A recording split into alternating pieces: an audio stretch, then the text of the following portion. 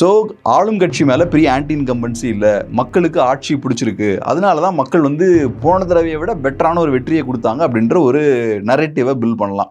அதே மாதிரி என்டிகே போன தடவை வாங்கின ஓட்ஸை விட இந்த தடவை கம்மியாக வாங்குறாங்கன்னா அதை வச்சு நீங்கள் ஒரு நரேட்டிவ் பில்ட் பண்ணலாம். என்டிகே இதுக்கு மேலே பெருசாக வளராது, 8% வந்துட்டாங்க, இனி வீழ்ச்சி தான், என்டிகேல நிறைய அதிருப்தி இருக்குது, ஸோ அப்படின்ற ஒரு பிராண்டிங்கும் பில்ட் பண்ணலாம். ஸோ அதனால நிரூபிக்கிறதுக்காக நாம் தமிழர் கட்சி இதில் களம் காண்றாங்க அப்படின்னு எடுத்துக்கலாங்களா சார்? கண்டிப்பாக. இப்போ என்டிகேவை பொறுத்தளவில் அவங்களுக்கு பெருசாக இழக்கிறதுக்கு எதுவும் கிடையாது. ஸ்டார்டிங்லேருந்தே 2016 அவங்க நிறைய எலெக்ஷன்ஸை தோற்றுருக்காங்க, சந்திச்சிருக்காங்க.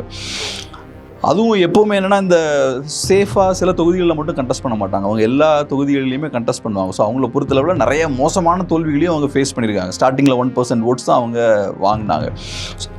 இப்போ ட்ரெடிஷ்னலான பெரிய கட்சிகளுக்கு இருக்கக்கூடிய பெரிய பிரச்சனை என்னென்னா, அவங்க ஒரு எலெக்ஷனை கண்டெஸ்ட் பண்ணணுன்னா நிறையா பணம் செலவாகும், கேடஸை மொபிலைஸ் பண்ணணும், நிறையா செலவழிக்கணும், பணம். அவங்களுக்கு தெரியும் எலெக்ஷன்ஸில் நம்ம சொல்ல வேண்டியதே இல்லை, ஏகப்பட்ட செலவுகள் இருக்கும்.